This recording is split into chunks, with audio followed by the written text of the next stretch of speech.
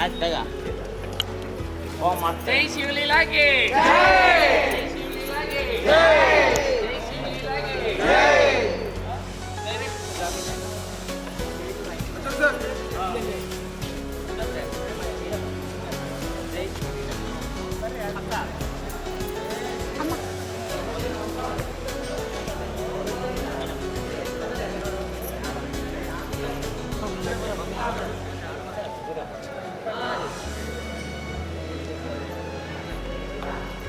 ನಮಸ್ಕಾರ. ಇವತ್ತು ನಾವು ಬಳ್ಳಾರಿಯ ಉಮಾ ಥಿಯೇಟ್ರ್ ಹತ್ರ ಇದ್ದೀವಿ. ಇಲ್ಲಿನ ವಿಶೇಷ ಕಾರ್ಯಕ್ರಮ ಏನು ಅಂತಂದರೆ ಶಿವಲೀಲಾ ಮೂವಿ ರಿಲೀಸ್ ಆಗಿದೆ ಇವತ್ತು.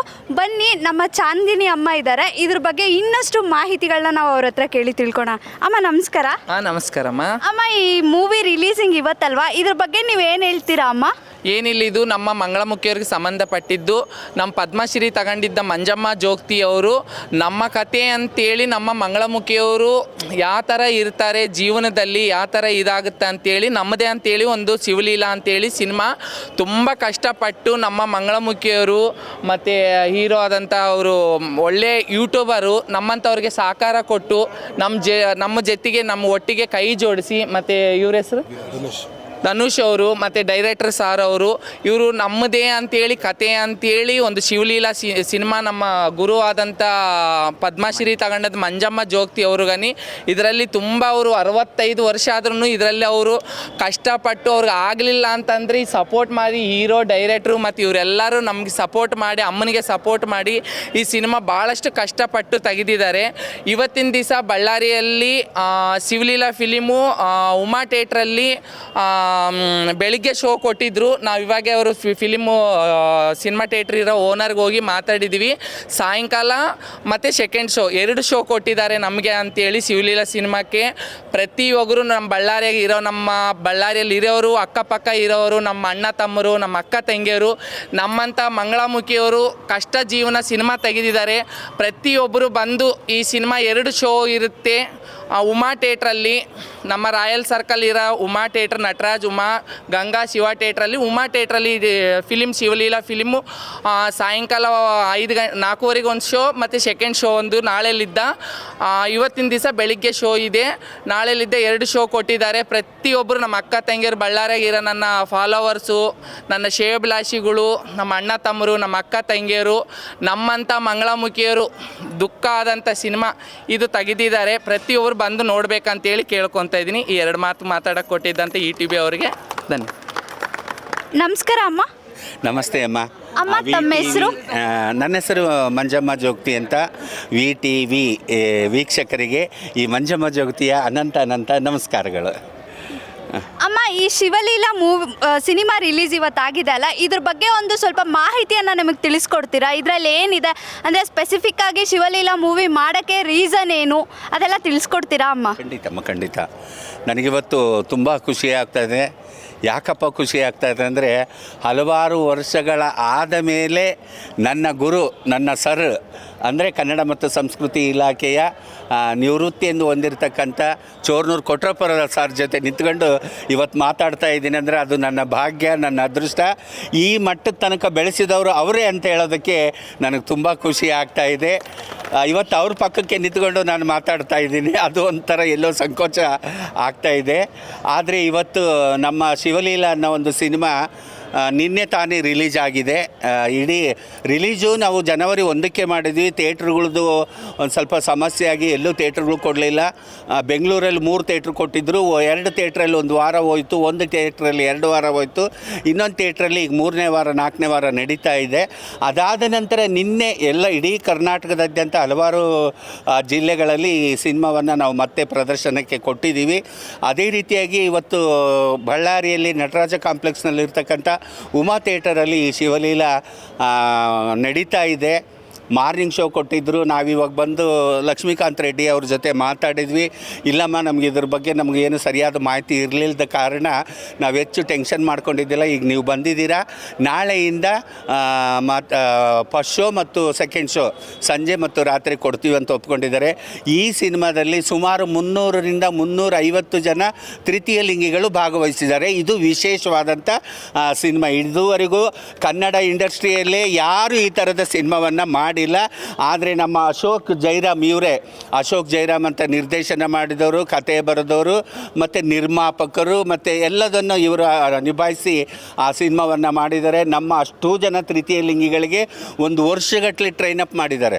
ಯಾರು ಕಲಾವಿದರಲ್ಲ, ಎಲ್ಲರೂ ಕೈ ಹೊಡೆಯರು, ಭಿಕ್ಷೆ ಬೇಡವರು, ಜೀವನ ಮಾಡೋರು ಅಷ್ಟೇ ಹೊರತೇ ವಿನಃ ಇನ್ನು ಯಾರು ಕಲಾವಿದರಲ್ಲ. ಅದರಲ್ಲಿ ಕಲಾವಿದೆಯಾಗಿ ನಾನೊಬ್ಬಕ್ಕೆ ಗುರುತಿಸ್ಕೊಂಡಿದ್ದು, ನನ್ನನ್ನು ಇಟ್ಕೊಂಡು ಅಷ್ಟೂ ಜನ ಕಲಾವಿದರನ್ನಾಗಿ ಮಾರ್ಪಾಟು ಮಾಡಿದ್ದಾರೆ. ನಿಜವಾಗ ಅವರಿಗೆ ನಾವು ಟ್ಯಾಂಕ್ಸ್ ಹೇಳಬೇಕು. ಇದು ಮಂಜಮ್ಮ ಜೋಗತಿಯ ಕಥೆಯಲ್ಲ, ಚಾಂದಿನಿಯ ಕಥೆಯಲ್ಲ, ಇನ್ನೊಬ್ಬರ ಕಥೆಯಲ್ಲ. ಇದು ಇಡೀ ಸಮುದಾಯದ ಕಥೆ. ಮತ್ತು ಈ ಸಿನಿಮಾ ಸ್ಕ್ರೀನ್ ಪ್ಲೇ ಅಲ್ಲ, ಯಾವುದೇ ಕತೆ ಅಲ್ಲ, ಯಾವುದೇ ಸ್ಟೋರಿ ಅಲ್ಲ. ಇದು ಒಬ್ಬೊಬ್ಬ ಮಂಗಳಮುಖಿಯರ ಘಟನೆಗಳು, ಅವರಂತ ಅನುಭವಿಸಿರೋ ಕಷ್ಟಗಳೆಲ್ಲ ಇದರಲ್ಲಿ ತೋರಿಸಿದೀವಿ ಅಂತ ಹೇಳ್ತಿದ್ದೀರಾ ಅಮ್ಮ? ಈ ಮಂಗಳಮುಖಿಯರ ಒಬ್ಬೊಬ್ಬರ ಜೀವನದ ಘಟನೆಗಳನ್ನು ಆ ಸಿನಿಮಾದಲ್ಲಿ ಎಕ್ಕಿ ತೋರಿಸಿದ್ದಾರೆ. ಅದ್ಭುತವಾದಂಥ ಸಿನಿಮಾ. ಯಾಕಪ್ಪ ಅಂದರೆ ಮೊಟ್ಟ ಮೊದಲಿಗೆ ಕರ್ನಾಟಕದ ಇತಿಹಾಸದಲ್ಲಿ ಬೆಳಗಾವಿಯ ಅಧಿವೇಶನದಲ್ಲಿ ಈ ಸಿನಿಮಾದ ಬಗ್ಗೆ ನಮ್ಮ UT ಖಾದರ್ ಅವರು ಸಭಾಪತಿಗಳು ಈ ಸಿನಿಮಾದ ಬಗ್ಗೆ ಧ್ವನಿ ಎತ್ತಿದ್ರು. ಅವತ್ತು ಬೆಳಗಾವಿಯಲ್ಲಿ ಪ್ರೀಮಿಯಂ ಶೋ ಇಟ್ಟಾಗ ಅವತ್ತು ಸಂಜೆ ಶೋಗೆ ಸುಮಾರು 180 ಜನ MLCಗಳು, ಮಿನಿಸ್ಟರ್ಗಳು ಮತ್ತು MLAಗಳು ಸಹ ಈ ಸಿನಿಮಾವನ್ನು ನೋಡಿ ಆರೈಸಿದ್ದಾರೆ. ಇಡೀ ಕರ್ನಾಟಕ ಜನತೆ ಈ ಸಿನಿಮಾವನ್ನು ಕೈ ಹಿಡಿಬೇಕು, ಕೈ ಜೋಡಿಸ್ಬೇಕು, ನಮಗೆ ಸಪೋರ್ಟ್ ಮಾಡಬೇಕು, ನಮ್ಮ ಸಮುದಾಯಕ್ಕೆ ಸಪೋರ್ಟ್ ಮಾಡಿರಿ ಅಂತ ನಾನು ಕೈ ಮುಗಿದು ಕೇಳ್ಕೊಳ್ತೀನಿ. ನಮಸ್ಕಾರ ಸರ್. ನಮಸ್ತೆ ಮೇಡಮ್. ಸರ್, ತಮ್ಮ ಹೆಸರು? ದಿವಾಕರ್ ಅಸೆದಚ್ಚುದೀವು. ಸರ್, ಈ ಮೂವಿಯಲ್ಲಿ ನೀವು ಯಾವ ಪಾತ್ರನ ವಹಿಸ್ಕೊಂಡಿದ್ದೀರಾ? ಈ ಮೂವಿಯಲ್ಲಿ ನಾನು ಸಣ್ಣ ಪಾತ್ರ ಮೀನ್ಸ್ ಆ್ಯಕ್ಚುಲಿ ಹೀರೋ ಆಗಿ ಮಾಡಿದ್ದೀನಿ. ಬಟ್ ಇದರಲ್ಲಿ ಹೀರೋಯಿನ್ ಎಲ್ಲ ಬಂದ್ಬಿಟ್ಟು ಮಂಗಳಮುಖಿಯರ. ಬಿಕಾಸ್ ಅವ್ರ ಲೈಫಲ್ಲಿ ಏನೇನು ನೋವುಗಳಾಗುತ್ತೆ, ಅವ್ರ ಲೈಫಲ್ಲಿ ಏನೇನು ಸಿಚುವೇಶನ್ ಬರುತ್ತೆ ಅದನ್ನು ಮೂವಿಯಾಗಿ ತೋರಿಸಿರೋದು. ಇದರಲ್ಲಿ ಯಾವುದೇ ರೀತಿ ಬಿಲ್ಡಪ್ಗಳು, ನೋವುಗಳು ಅನ್ನೋ ಥರ ತೋರಿಸಿಲ್ಲ. ಇದು ನಮಗೆ ಜಸ್ಟ್ ಮೂವಿ ಆಗಿರುತ್ತೆ. ಬಟ್ ಪ್ರತಿಯೊಂದು ಮಂಗಳಮುಖಿಯರಿಗೂ ಅವ್ರ ಲೈಫಲ್ಲಿ ಆಗಿರುವಂಥ ನೋವಿನ ಘಟನೆ ಆಗಿರುತ್ತೆ. ಅಂಥವ್ರ ಜೊತೆ ಎಲ್ಲರೂ ಕೂಡ ಕೈ ಜೋಡಿಸಿ ಆ್ಯಂಡ್ ಈ ಮೂವಿಗೆ ಪ್ರತಿಯೊಬ್ಬರು ಸಪೋರ್ಟ್ ಮಾಡಿ. ಆ್ಯಂಡ್ ನಾವು ಉತ್ತರ ಕರ್ನಾಟಕ ಫುಲ್ಲು ಪ್ರಮೋಷನ್ಗೆ ಬಂದಿದ್ವಿ. ಬಟ್ ಈಗ ಉತ್ತರ ಕರ್ನಾಟಕ ಥಿಯೇಟ್ರ್ ವಿಸಿಟಿಗೆ ಬಂದಿದ್ವಿ. ಎಲ್ಲ ಕಡೆ ರೆಸ್ಪಾನ್ಸ್ ಅಂತೂ ತುಂಬ ಚೆನ್ನಾಗಿದೆ. ಬಿಕಾಸ್ ಇದೊಂದು ಪ್ರತಿಯೊಂದು ಅವರ ಇವಾಗ ನೀವು ನೋಡ್ತಿರಲ್ಲ ಮೂವಿಗಳಲ್ಲಿ ಒಂದಲ್ಲ ಒಂದು ಸೀನಲ್ಲಿ 100% ಯಾರು ಒಬ್ರು ಕಣ್ಣಲ್ಲಿ ನೀರು ಹಾಕ್ತಾರೆ. ಬಿಕಾಸ್ ಅವ್ರ ಲೈಫಲ್ಲಿ ಆಗಿರುವಂಥ ಸಿಚುವೇಶನ್ನೇ ನಾವಿಲ್ಲಿ ತೋರಿಸಿರೋಂಥದ್ದು. ಸರ್, ಇದು ಯಾಕೆ ಅಂತಂದರೆ ಒಂದು ಮಂಗಳಮುಖಿ ಅವ್ರ ಜೊತೆ ಒಂದು ಕ್ಯಾರೆಕ್ಟರ್ನ ಮಾಡ್ತಿದ್ದೀವಿ ಅಂದರೆ ಹಲವಾರು ಮಾತುಗಳು ಬಂದಿರುತ್ತೆ. ಸೊ ಆ ಥರ ನಿಮ್ಗೆ ಏನಾದರೂ ಒಂದು ಎದುರಾಗಿದೆಯಾ ಸರ್? ತುಂಬ ಮಾತುಗಳು ಎದುರಾಗಿದೆ. ಹೋಗ್ಬಿಟ್ಟು ಅವ್ರಿಗೇನು ಸಪೋರ್ಟ್ ಮಾಡ್ತಿದೀಯಾ, ನಿಂಗೇನು ಮಾಡೋಕ್ಕೆ ಕೆಲಸ ಇಲ್ವಾ, ಅವ್ರ ಜೊತೆ ಹಾಕಿದೀಯಾ, ಮತ್ತೇನು ಅವ್ರಿಗೆ ಸಪೋರ್ಟ್ ಮಾಡಿದ್ರೆ ಏನು ಸಿಗುತ್ತೆ ಅನ್ನೋ ಥರ ಮಾತುಗಳೆಲ್ಲ ಬಂದಿದೆ. ಬಟ್ ನನ್ನ ಕಡೆಯಿಂದ ನನ್ನ ಮನಸಾರ ಹೇಳೋದು ಅಂತಂದರೆ ಇದೊಂದು ಮೂವಿಲಿ ಅವರು ಕೂಡ ನನ್ನ ತಾಯಂದಿರ ಅಕ್ಕಂದಿರ ಅನ್ನೋ ಥರ ಟ್ರೀಟ್ ಮಾಡಬೇಕು. ಅವರು ಕೂಡ ಸಮಾನತೆಯಾಗಿದ್ದಾರೆ. ಅವರು ಕೂಡ ಲೈಫಲ್ಲಿ ಏನೋ ಒಂದು ಸಾಧನೆ ಮಾಡ್ತಾರೆ ಅನ್ನೋ ತೋರಿಸೋದಕ್ಕೋಸ್ಕರ ಈ ಮೂವಿಲಿ 1000 ಜನ ಮಾತಾಡಿದ್ರು ಈ ಮೂವಿಲಿ ಆನ್ಸರ್ ಕೊಟ್ಟಿದ್ದೀವಿ. Thank you so much sir. Thank you ಎಲ್ಲರೂ ಬಂದು ನೋಡಿ. ಆ್ಯಕ್ಚುಲಿ ಉಮಾ ಥಿಯೇಟ್ರು ಬಳ್ಳಾರಿಯಲ್ಲಿರುವಂಥ ನಟರಾಜ್ ಕಾಂಪ್ಲೆಕ್ಸ್ ಹತ್ರ ಉಮಾ ಥಿಯೇಟ್ರಿಗೆ ಪ್ರತಿಯೊಬ್ಬರು ಬಂದು ನೋಡಿ, ನಿಮ್ಮ ಪ್ರೀತಿನ ಕೊಡಿ. Thank you. ನೋಡಿ, ನಮ್ಮ ಜೊತೆ ಇದ್ದಾರೆ ಈ ಶಿವಲೀಲಾ ಮೂವಿಯ ಡೈರೆಕ್ಟರು. ಬನ್ನಿ ಅವ್ರ ಹತ್ರ ಕೇಳಿ ತಿಳ್ಕೊಳ್ಳೋಣ. ನಮಸ್ಕಾರ ಸರ್. ನಮಸ್ತೆ ಸರ್, ತಮ್ಮ ಹೆಸರು? ಅಶೋಕ್ ಜೈರಾಮ್ ಅಂತ. ಸರ್, ಈ ಮೂವಿನ ಯಾವ ಉದ್ದೇಶ ಇಟ್ಕೊಂಡು ನೀವು ಮಾಡಿದ್ದೀರಾ ಸರ್? ಯಾಕೆ ಅಂದರೆ ಈ ಮೂವಿ ಇಂಡಸ್ಟ್ರಿಯಲ್ಲಿ ಹಲವಾರು ಮೂವೀಸ್ ಬಂದಿದ್ದಾವೆ. ಬಟ್ ಇದೇ ಒಂದು ಮಂಗಳಮುಖಿನ ತಗೊಂಡು ಒಂದು ಸಿನಿಮಾ ಮಾಡಬೇಕು ಅನ್ನೋ ಕಾನ್ಸೆಪ್ಟ್ ಹೇಗೆ ಬಂತು ಸರ್ ನಿಮಗೆ? ಕಾನ್ಸೆಪ್ಟ್ ಏನು ಬಂತು ಅಂತಂದರೆ, ಈಗ ನಾವು ಏನಾದರೂ ಒಂದು ಒಳ್ಳೆ ಕೆಲಸ ಮಾಡಬೇಕನ್ನೋದು ಪ್ರತಿಯೊಬ್ಬರಿಗೂ ಒಂದು ಉದ್ದೇಶ ಇರುತ್ತೆ. ಸೊ ಆ ಒಂದು ಉದ್ದೇಶ ಇಟ್ಕೊಂಡು ಇವಾಗ ಶೋಷಿತವಾಗಿ ಒಳಗಾದ ಇವರು ಒಂದು ಏನಂದರೆ ಬೆಳಿಗ್ಗೆ ಒಂದು ಏನಾದರೂ ಒಂದು ಟಿಫನ್ ಮಾಡಬೇಕಂದ್ರೂ, ಇಲ್ಲಾಂದರೆ ಅವರು ಒಂದು ಬಟ್ಟೆ ಧರಿಸೋದು ಕೂಡ ಆಗಿರ್ಬೋದು, ಇಲ್ಲ ಎಲ್ಲಾದರೂ ಹೋಗಬೇಕು ಬರಬೇಕು ಅಂತಂದ್ರೂ ಅವರಿಗೆ ಖಂಡಿತವಾಗ್ಲೂ ಹಣ ಅನ್ನೋದು ಮನುಷ್ಯನಿಗೆ ಎಲ್ಲರಿಗೂ ತುಂಬ ಇಂಪಾರ್ಟೆಂಟ್ ಆಗಿರುತ್ತೆ. ಒಂದು ಜೀವನ ಮಾಡಬೇಕಂದ್ರೂ, ಬದುಕಬೇಕಂತಂದರೆ.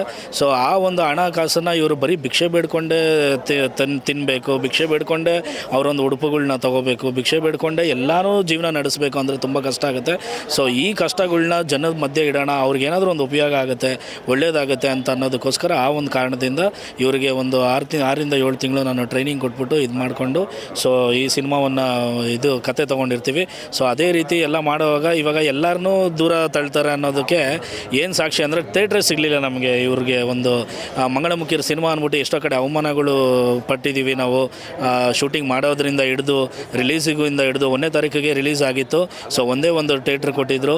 ಸೊ ಇವಾಗೂ ಇದು 7ನೇ ವಾರ. ಬಟ್ ಏನಂದರೆ ಇವಾಗೂ ಥಿಯೇಟ್ರ್ಗಳು ಯಾವ ಥರ ಮಾಡ್ತಾ ಇದ್ದಾರೆ ಅಂದರೆ ಕರೆಕ್ಟಾಗಿ ಒಂದು ಬ್ಯಾನರ್ಸ್ ಆಗಿರ್ಬೋದು, ಒಂದು ಪಬ್ಲಿಸಿಟಿ ಆಗಿರ್ಬೋದು, ಯಾವುದೂ ಕರೆಕ್ಟಾಗಿ ಕೊಡ್ತಾಯಿಲ್ಲ ಥಿಯೇಟರ್ಸ್ ಓನರ್ಗಳು. ನನ್ನ ಸ್ಟೇಟ್ಮೆಂಟ್ ಇದ್ದೇನೆ.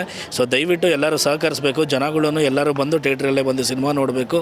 ಎಲ್ಲರೂ ಸಹಕರಿಸ್ಬೇಕಂತ ಕೇಳ್ಕೊತೀನಿ. Thank you so much sir. Sir ನೀವು ಮತ್ತೆ ನಮಸ್ಕಾರ ಸರ್. ನಮಸ್ತೆ ಮೇಡಮ್. ಸರ್ ತಮ್ಮ ಹೆಸರು? ಧನುಷ್ ಕುಮಾರ್ ಅಂತ. ಈ ಮೂವಿಯಲ್ಲಿ ವಿಲನ್ ಆ್ಯಕ್ಟ್ ಮಾಡಿದ್ದೀನಿ, ವಾಲಿ ಅನ್ನೋ ಕ್ಯಾರೆಕ್ಟರ್. ಓಕೆ, ಇದ್ರ ಬಗ್ಗೆ ಏನು ಹೇಳ್ತೀರಾ ಸರ್?